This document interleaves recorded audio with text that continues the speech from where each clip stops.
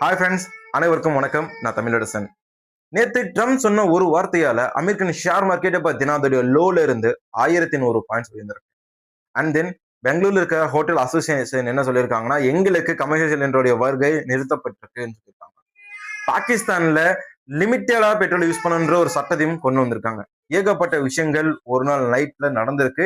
இது என்னென்ன அப்படின்றத இந்த வீடியோல பார்க்கலாம். அண்ட் தென் நம்ம சேனல் மூலமா எந்த விதமான கால்ஸோ டிப்ஸோ கொடுக்கறது இல்லை. இது ஃபுல்லாமே எஜுகேஷனல் பர்பஸ்க்காக சொல்லப்படுற நியூஸ் அண்ட் என்னோட இன்சைட்ஸ். ஓகேங்களா? ஸோ சப்ஸ்கிரைப் பண்ணாதவங்க மறக்காம சப்ஸ்கிரைப் பண்ணிருங்க. அண்ட் தென் நம்ம சேனலுக்கு ஃபர்ஸ்ட் டைம் வரவங்களுக்கு ஒரு முக்கியமான விஷயத்த சொல்லிடுறேன். என்னன்னா, நம்ம சேனல்ல ஃப்ரீயான ஷேர் மார்க்கெட் கோர்ஸ் இருக்கு. அது உங்களுக்கு ஷேர் மார்க்கெட்ல ட்ரேட் எடுக்கவும் அதை வந்து லேர்ன் பண்ணிக்கும் ரொம்ப யூஸ்ஃபுல்லா இருக்கும். ஸோ யூஸ் பண்ணிக்கோங்க. ஓகே ஃப்ரெண்ட்ஸ், ஃபர்ஸ்ட் நியூஸ் என்னன்னு பாத்தீங்கன்னா, க்ரூட் ஆயிலோட பிரைஸ் டிஸ்கவுண்ட் ஆகிருச்சு. இதுக்கான காரணம் ட்ரம்ப் சொன்ன அந்த ஒரு வார்த்தை. இப்போ ஸ்ட்ரெயிட் ஆஃப் ஹார்மோஸ், அதாவது ஈரான் வந்து அந்த இடத்த முடக்கி வச்சிருக்காங்க ஃப்ரெண்ட்ஸ். உலகத்துடைய ஒட்டுமொத்த இந்த க்ரூட் ஆயில் ட்ரேட் இருக்கு இல்லையா, அதுல 20% அது வழியே நடக்குது. இதுல ஏசியாவுக்கு தேவையான ஆயில்ல 40% அதுல இருந்து வருது. ஸோ அதை மூடினதுனால ஏசியால இருக்க ஏகப்பட்ட கண்ட்ரிகள், ஈவன் சைனா, இந்தியா, பாகிஸ்தான் போன்ற நாடுகளும் பார்த்தீங்கன்னா இந்த சப்ளை வர்றது கொஞ்சம் சிக்கல் ஏற்பட்டிருக்கு. பட் நல்ல உறவுல இருக்கக்கூடிய அந்த கண்ட்ரிஸ்க்கு ஈரான் வந்து சப்போர்ட் பண்றாங்க. ஈவன் சைனாஸ் கூட அலோவ் பண்ணியிருக்காங்க. ஓகே, இதெல்லாம் ஒரு விஷயம். பட் யூரோப்பியன் கண்ட்ரிஸ் ரொம்ப சிக்கல்ல இருக்காங்க இல்லையா, ஸோ அவங்க என்ன பண்ணாங்கன்னு பாத்தீங்கன்னா, இப்ப நிறைய ஆயில் கப்பல் அங்க இருக்கு. ஓகேவா? ஸோ ட்ரம்ப் என்ன சொன்னாருன்னா, எனக்கு வந்து ஆயில் பிரைசஸ் வந்து கண்ட்ரோல் பண்ண பார்த்துட்டு இருக்கேன். ஈரானுடைய வார் சீக்கிரமா எண்ட் ஆகும்னு சொல்லியிருக்காரு. ஒண்ணு. ரெண்டாவது விஷயம் என்னன்னா, ஸ்டேட் ஆஃப் ஹார்மோஸ்ல நிற்கிற கப்பல்கள் அமெரிக்காவுடைய இந்த கடற்படை வரும், அது கூட சேர்ந்து வந்துருங்கன்ற மாதிரி சொல்லியிருக்காரு. ஸோ இதனால க்ரூட் ஆயில் பிரைஸ் வந்து கம்மியாகி இருக்கு. அப்புறம் இதுதான் அந்த சென்டிமெண்ட் வந்து மாறக்கான வாய்ப்பு. ஸோ இந்த நியூஸ்னால தான் லோல இருந்து 1100 பாயிண்ட்கள் உயர்ந்திருக்கு. சொல்ல போனா நேத்து ஏசியா ஷேர் மார்க்கெட்ஸ்ல பாத்தீங்கன்னா 1.5% நிப்டி, அதாவது இந்தியன் ஷேர் மார்க்கெட் வந்து சரிஞ்சது. சைனாவோடது வந்து 0.67% சரிஞ்சது. அதுக்கப்புறம் அப்படியே பார்த்தோம் அப்படின்னா வியட்நாம்ல 6.5% வீழ்ந்தது. சவுத் கொரியா 5.96% அவங்களுடைய ஷேர் மார்க்கெட் கீழே விழுந்துச்சு. ஜப்பான்ல பாத்தீங்கன்னா படுமோசம் 5.24%. அதாவது 5ல் 6வது இடத்துல இருக்கிற வல்லரசு நாடு ஜப்பான். அவங்களுடைய ஷேர் மார்க்கெட்டே வந்து கிராஷ் ஆச்சு. பிலிப்பைன்ஸ், தைவான், இந்தோனேஷியா இதெல்லாம் பாத்தீங்கன்னா 5-3%. ஆஸ்திரேலியா, மலேசியா, சிங்கப்பூர் போன்ற நாடுகளுடைய ஷேர் மார்க்கெட் 3 to 1.25% குறைஞ்சிருக்கு. ஸோ இந்தியா ஏதோ சொல்லிக்கிற அளவுக்கு இருக்கு. அண்ட் தென் சைனாவும் பாத்தீங்கன்னா கம்மியா, சைனாய் வந்து 0.67 தான் வீழ்ச்சி வந்து அடைஞ்சிருக்காங்க. அண்ட் தென் இப்போ வந்து சென்டிமெண்ட் அப்படியே மாறப்போகுது. எஸ், இத்தனை நாள் வந்து வீழ்ச்சிட்டு இருந்தது இல்லைங்களா, இப்போ ஒரு பாசிட்டிவ் நியூஸ் வந்திருக்கு. சொல்ல போனா இந்தியா வந்து அந்த ஷேர் மார்க்கெட் புல்லிஷ் ரேலியை தான் நோக்கி போயிட்டு இருக்கு. ஸோ இந்த ரேலியில அப்பப்போ சின்ன சின்ன சர்க்கிள்கள் வந்து மிகப்பெரிய ஒரு ஏற்றம் வந்து அடையும். இது வந்து எல்லா நேரத்திலும் நடந்திருக்கு. ஈவன் பேண்டமிக் வந்ததுக்கு அப்புறம் கூட அப்படிதான் நடந்தது. ஸோ எப்பவுமே இந்தியன் மார்க்கெட்ல எப்போ ஒரு பெரிய ஷேர் ஒரு கரெக்ஷன் வருதோ அப்போ வந்து ஒரு ரைஸ் வந்து இருக்கும். இப்போ பேங்க் நிப்டி வந்து அதோடைய உச்சபட்ச ஹைல இருந்து 4000 பாயிண்ட் சரிஞ்சிருக்கு இல்லைங்களா. இன்னைக்கு பாருங்களேன், நல்ல ஒரு ஏற்றத்தை வந்து உங்களால பார்க்க முடியும். ஓகேங்களா? அண்ட் தென் இன்னொரு முக்கியமான விஷயம் வந்து இன்னைக்கு இந்த டோரண்ட் பவர் இருக்கு இல்லைங்களா, அவங்க வந்து 2000 கோடி ரூபாய் என்சிடி மூலமா திரட்டுறாங்க. என்சிடினா நான் கன்வெர்டபிள் டிபெஞ்சர்ஸ், அதாவது நிறுவனம் வந்து கடன் தேவைப்படும், பேங்க்ல வாங்கணும் அப்படின்னா அது வேற. பட் பேங்க்ல வாங்காம அவங்களுடைய ஷேர்ஸை விற்காம முதலீட்டாளர்கள்கிட்ட இருந்து வாங்குவாங்க. ஸோ இதுக்கான வட்டியா பார்த்தீங்கன்னா அவங்க எவ்வளவு நிர்ணயிச்சிருக்காங்கன்னா 7.97% ஒரு வருஷத்துக்கு. ஓகேங்களா?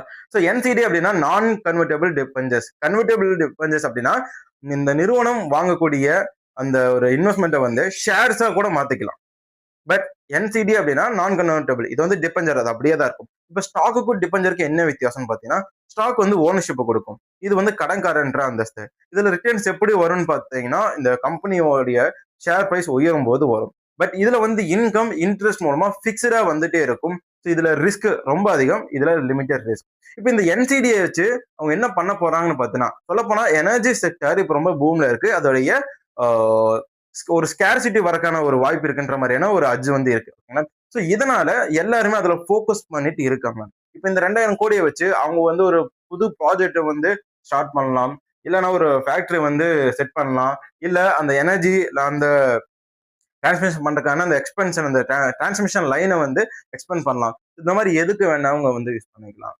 ஸோ நார்மலா இந்த மாதிரியான என்சிடிஸ் வந்து எல்லாருக்குமே அவைலபிளா இருக்கும். பட் இந்த டோரண்ட் பவரோடைய இந்த என்சிடி வந்து இன்ஸ்டிடியூஷனல் பையர்ஸ் தான் இன்வெஸ்ட் பண்ண போறாங்க. அதாவது மிகப்பெரிய முதலீட்டாளர்கள், மியூச்சுவல் ஃபண்டு, எல்ஐசி இந்த மாதிரியான இன்ஸ்டிடியூஷன் ஹவுஸ் வந்து முதலீடு பண்ண போறாங்க. ஸோ இதனால பெரிய பெரிய இன்வெஸ்டர்ஸ்க்கு டோரன் பவர் மேல கான்ஃபிடன்ஸ் இருக்கு. ஸோ இந்த 2000 கோடி எப்படி அவங்க யூஸ் பண்ண போறாங்க அப்படின்றது தெரியல. பட் மெச்சூரிட்டி பீரியட் வந்து 2034, 35, 36 கொடுத்துருக்காங்க. ஸோ கிட்டத்தட்ட 8 to 9 வருஷங்கள் இந்த என்சிடியை அவங்க வந்து வச்சிருக்க போறாங்க. அதாவது இது ஷார்ட் டேர்ம் கோலுக்காக இல்ல, லாங் டேர்ம் பிசினஸ்க்காக அவங்க வாங்க போறாங்க. ஸோ இது எஃப்டிஏ காட்டிலும் நல்லதுதான். பட் என்னதான் இருந்தாலும் இவங்க வந்து வாங்கியிருக்காங்க, அதை சரிவர யூஸ் பண்ணாதான் இவங்களுக்கு வந்து நல்லது.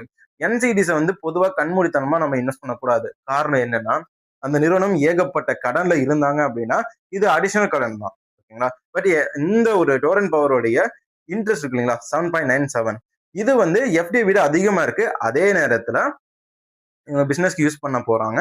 இன்ட்ரெஸ்ட்டும் ஓரளவுக்கு மினிமலா தான் வச்சிருக்காங்க. ஸோ இவங்களால மேனேஜ் பண்ண முடியும் அப்படின்ற ஒரு லெவல்ல தான் இன்ட்ரெஸ்ட் வந்து வச்சிருக்காங்க. ஓகேங்களா? ஸோ இதுதான் டோரன் பவரை பத்தின ஒரு நியூஸ். அண்ட் தென் இன்னொரு முக்கியமான விஷயங்கள் என்னன்னா, இந்த ஸ்விக்கி, எட்டர்னல் இந்த மாதிரியான நிறுவனங்கள் வந்து ஹோட்டலை சார்ந்து நடக்கக்கூடிய ஒரு பிசினஸ். அதுல இருந்து டெலிவரி பார்ட்னரா இவங்க வந்து இருக்காங்க. இப்போ எல்பிஜிக்கான ரெஸ்ட்ரிக்ஷன்ஸ் வந்து அங்கங்க வந்துட்டு இருக்கு. ஸோ சொல்ல போனா கமர்ஷியல் சிலிண்டர்ஸ்க்கான அந்த ஒரு ரெஸ்ட்ரிக்ஷன் வந்து இப்போ ரொம்ப அதிகமா இருக்கு. அதாவது கெடுபிடிகள், கட்டுப்பாடுகள் அந்த மாதிரி சொல்லலாம். பிரைசஸும் வந்து ஹைக் ஆகுது. ஸோ இப்படியே போச்சு அப்படின்னா இந்த ஹோட்டல்ஸ் அவங்களுடைய மெனுவை வந்து கட் பண்ண வேண்டியதா இருக்கும். சில இடங்கள்ல வந்து அவங்க ஆப்ரேஷன்ஸ் வந்து கம்மி பண்ற மாதிரி இருக்கும். ஸோ ஆப்ரேஷன்ஸ் கம்மி பண்ற மாதிரி இருந்துச்சு அப்படின்னா இந்த டெலிவரி பண்றாங்க இல்லையா, இப்போ நான் வந்து ஒரு ஹோட்டல் வச்சிருக்கேன், நீங்க வந்து ஃபுட் கேட்குறீங்க, ஓகேவா? ஸோ என்னால வந்து எக்ஸ்பென்சஸ் அதிகமாகுதுன்னு சொல்லி உங்களுக்கு ஃபுட் இல்லைன்னு சொல்ல முடியாது. ஸோ இதே நேரத்துல நான் வந்து ஆன்லைன் டெலிவரியை வந்து நான் ஸ்டாப் பண்ணி வைக்கலாம். ஓகேங்களா? என்னோட ஆன்லைன் சர்வீசஸை நிறுத்திட்டு, ஏன்னா எல்பிஜி சிலிண்டர் ரொம்ப முக்கியம். அண்ட் தென் காஸ்ட் ரொம்ப அதிகமா இருக்கும். ஓகேங்களா? ஸோ இப்போ இந்த ஒரு ரெஸ்ட்ரிக்ஷன் காரணமாக பார்த்தீங்கன்னா அந்த சப்ளை வந்து கொஞ்சம் கொஞ்சமா கம்மியாயிட்டு வருது. ஸோ தட்டுப்பாடு ஏற்படுது. இதனால என்னால வந்து சின்ன லாஸை தாங்க முடியும்னா, வர்ற ஒரு 10 பேர் 20 பேருக்கு வந்து என்னால ஃபுட் கொடுக்க முடியும் அப்படின்னா, நான் வந்து ஒரு சின்ன லெவலில் அந்த ஆப்ரேஷன்ஸை தான் பண்ணணும். இன்னுமே நான் வந்து இந்த ஆன்லைன்ல டெலிவரி பண்ணிட்டு இருந்தேன்னா என்னுடைய லாஸ் வந்து அதிகமாகும். ஓகேங்களா? ஸோ எந்த ஒரு பிசினஸ் மேனும் பார்த்தீங்கன்னா லாஸ் ஆகும்போது அதிகமான சேல்ஸ் வந்து பண்ண மாட்டாங்க. ஸோ அந்த அடிப்படையில கம்மியாகும். அண்ட் நேத்து வந்து நிறைய முக்கியமான நியூஸஸ்ல வந்து நான் சொல்றேன், நீங்க கொஞ்சம் தெரிஞ்சுக்கோங்க. ஸோ இதுல கேபிஐ எனர்ஜி கம்பெனி வந்து ஒரு பேட்டரி எனர்ஜி ஸ்டோரேஜ் யூனிட் வந்து பர்ச்சேஸ் பண்ணியிருக்காங்க. ஸோ இதோடைய capacity 445 megawatt to 89 megawatt.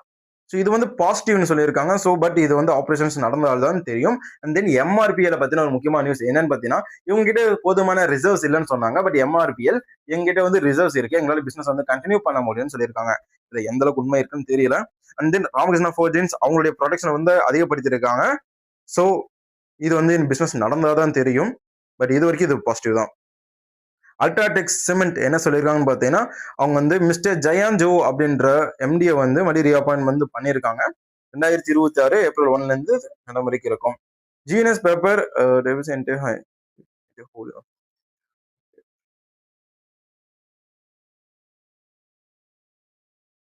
Neogen கெமிக்கல்ல பார்த்தீங்கன்னா ப்ரொமோட்டர் 161 கோடி ரூபாய் இந்த பணத்தை வந்து திரட்டி இருக்காங்க. GK energy, Maharashtra GST authorities வந்து இன்ஸ்பெக்ஷனை வந்து நடத்த போறாங்க. ஏர்டெல் இண்டஸ்ட்ரீஸ் 12 ரூபா வந்து டிவிடெண்டை அறிவிச்சிருக்காங்க. குப்பிட் லிமிடெட் போனஸ் ஷேர்ஸ் வந்து இஷ்யூ பண்ண போறாங்க 4:1. 4 பங்கு வச்சிருந்தீங்கன்னா உங்களுக்கு 1 பங்கு வந்து கிடைக்கும். அண்ட் தென் இந்த பெயிண்ட்ஸ் அண்ட் ஆயில் மார்க்கெட்டிங் கம்பெனிஸ்க்கு ஒரு முக்கியமான நியூஸ் வந்து வந்திருந்தது. என்னன்னா, இந்த பிரெண்ட் ஆயிலோடைய பிரைஸ் 22% உயர்ந்த காரணத்தினால, அதாவது 120 ரூபா 119 ரூபா வரைக்கும் உயர்ந்துச்சு. ஓகேங்களா?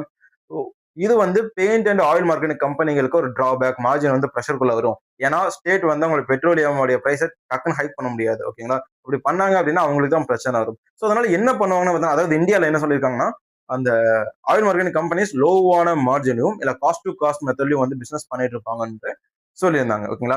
பட் நேத்து நடந்த கதையே வேற. ஒரே நாள்ல அந்த ஆயிலுடைய பிரைசஸ் எல்லாம் கம்மியாகிடுச்சு இல்லைங்களா? இதுக்கு இன்னொரு காரணம் என்னன்னா, ரஷ்யா மேல ஏகப்பட்ட சாங்ஷன்ஸ் வந்து போட்டிருந்தாங்க யூரோப் நேஷன். ரஷ்யா நீ வந்து எங்க பேச்சை கேட்க மாட்டேங்கிற அப்படின்ற மாதிரி பண்ணியிருந்தாங்க.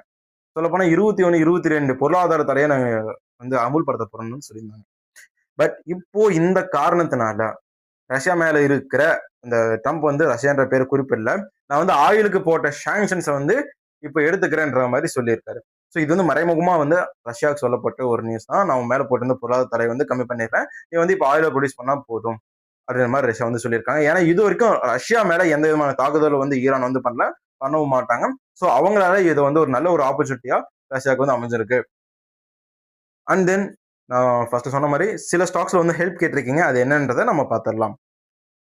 அண்ட் தென் இந்த வீடியோ பார்க்குறவங்க உங்களுக்கு ஏதாவது ஸ்டாக் மேல ஒரு ஹெல்ப் வந்து தேவைப்படுது அப்படின்னா கண்டிப்பா வந்து கமெண்ட் பண்ணுங்க. அண்ட் தென் நம்ம வந்து ரெக்கமெண்டேஷன் எதுவும் பண்றதில்ல, full and full educational purpose என்னுடைய இன்சைட்டை ஷேர் பண்ண போறேன். ஓகே, டியூப் இன்வெஸ்ட்மெண்ட் என்னன்னு பார்த்தீங்கன்னா 2608 ரூபாய். ஒரு நல்ல ஒரு ரெசிஸ்டன்ட் பிரேக் வந்து நடந்தது. ட்ரெண்ட் லைன் ஃபாலிங் ட்ரெண்ட் லைன்ல இருந்து பிரேக் அவுட் வந்து நடந்துச்சு. ஓகேங்களா, அதோடைய காஷன் ஏரியா சுமார் 2613. இந்த காஷன் ஏரியா டச் பண்ணிட்டு கிரீட் ஏரியாவுக்கு மேல வந்துருச்சு. ஓகேங்களா, சரி, சஸ்டெயின் ஏரியாவுக்கு வந்துருச்சு. சஸ்டெயின் ஏரியால இருந்து கீழே விழுந்தது அப்படின்னா காஷன் வந்து கன்ஃபார்ம் ஆயிடும். நீங்க வெக்கேட் பண்றதுதான் உறுதி. பட் நேத்து வந்து கரெக்டா காஷன் ஏரியா டச் பண்ணிட்டு மேல வந்திருக்கு. ஸோ இந்த காஷன் ஏரியாவில இருந்து ரீபவுண்ட் ஆக வாய்ப்புகள் இருக்கு. ரீபவுண்ட் ஆச்சு அப்படின்னா ஒரு நல்ல வாய்ப்பு இறுக்கி பிடிச்சுக்கோங்க. இல்லைன்னா காஷன் ஸ்டேஜ் வந்தோடனே நீங்க எப்பவுமே பண்ற மாதிரி வந்துருங்க இல்லையா. சென்னை பெட்ரோல் தான் நிறைய பேர் வந்து கேட்குறீங்க, ஏன்னு தெரியல. பட் லாஸ்ட் வீடியோல நான் வந்து சொல்லியிருந்தேன். கரெக்டா ரைசிங் சேனல் பேட்டர்ல வந்து ட்ரேட் ஆயிட்டு இருந்தது. இது வந்து ஒரு நெகட்டிவான பேஸ். ஓகேவா, ஸோ நெகட்டிவான பேஸ்ல இருக்க ஸ்டாக் இப்போ மேல ஏறிச்சு இல்லைங்களா. மேல ஏறும்போது அது வந்து பாசிட்டிவ் சைனுக்கு போகுதுன்னு நினைச்சாங்க. பட் அது ரெசிஸ்டன்ஸ் ஜோனை தான் டச் பண்ணுது. சுமார் 2025 நவம்பர் மாதத்துக்கு அப்புறம் ஒரு ரெசிஸ்டன் வந்து கிரியேட் பண்ணுது. அது உடைக்கிற மாதிரி ஒரு கேண்டில் வருது. அந்த கேண்டில் சஸ்டெயின் பண்ண முடியாம கீழே விழுகுது. எப்போ அந்த கேண்டில் வந்து டச் பண்ணி சஸ்டெயின் பண்ண முடியலையோ அந்த ஒரு பாயிண்ட் வந்து உருவாகுது. அந்த நேரத்துல தான் அந்த இடத்துல தான் இப்போ இந்த மாசம் கேனஸ் டச் பண்ணியிருக்கு. ஸோ இது வந்து டபுள் டாப் பேட்டர்ன் கீழே விழுந்துரும். அண்ட் தென் இண்டஸ்இண்ட் பேங்கை பத்தி பேசாம இந்த வீடியோ வந்து முடியாது.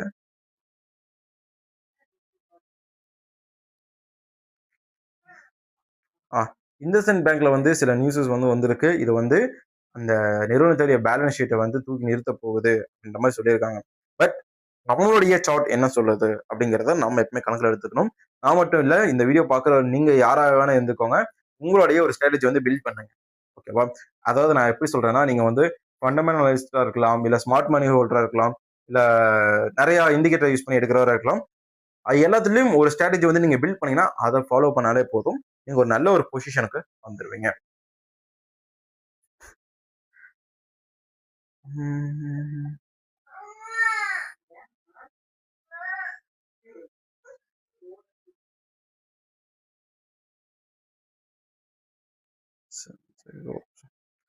ஓகே ஃப்ரெண்ட்ஸ், நான் அதை பத்தி நான் உங்களுக்கு அப்புறமே சொல்றேன். ஸோ தேங்க்ஸ் ஃபார் வாட்சிங். டாடா.